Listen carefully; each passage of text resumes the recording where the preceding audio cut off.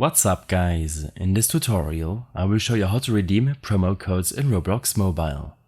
This should be quite an easy tutorial. For more information, click on the first link in the description below.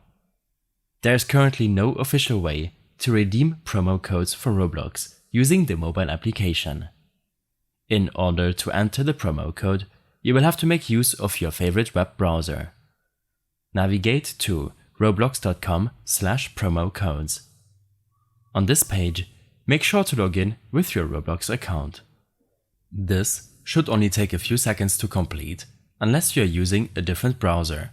Then you might have to enter your two-factor authentication code in order to properly log in with your account.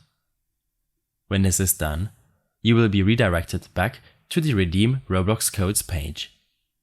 Here, enter your code and tap on Redeem when you're done. You can then head back to the Roblox app or keep using the mobile browser version. In case you have any further issues or problems following this tutorial, then I suggest following my extensive guide linked in the description below. I hope this helped you out. Leave a comment if you have any questions and see you in the next one.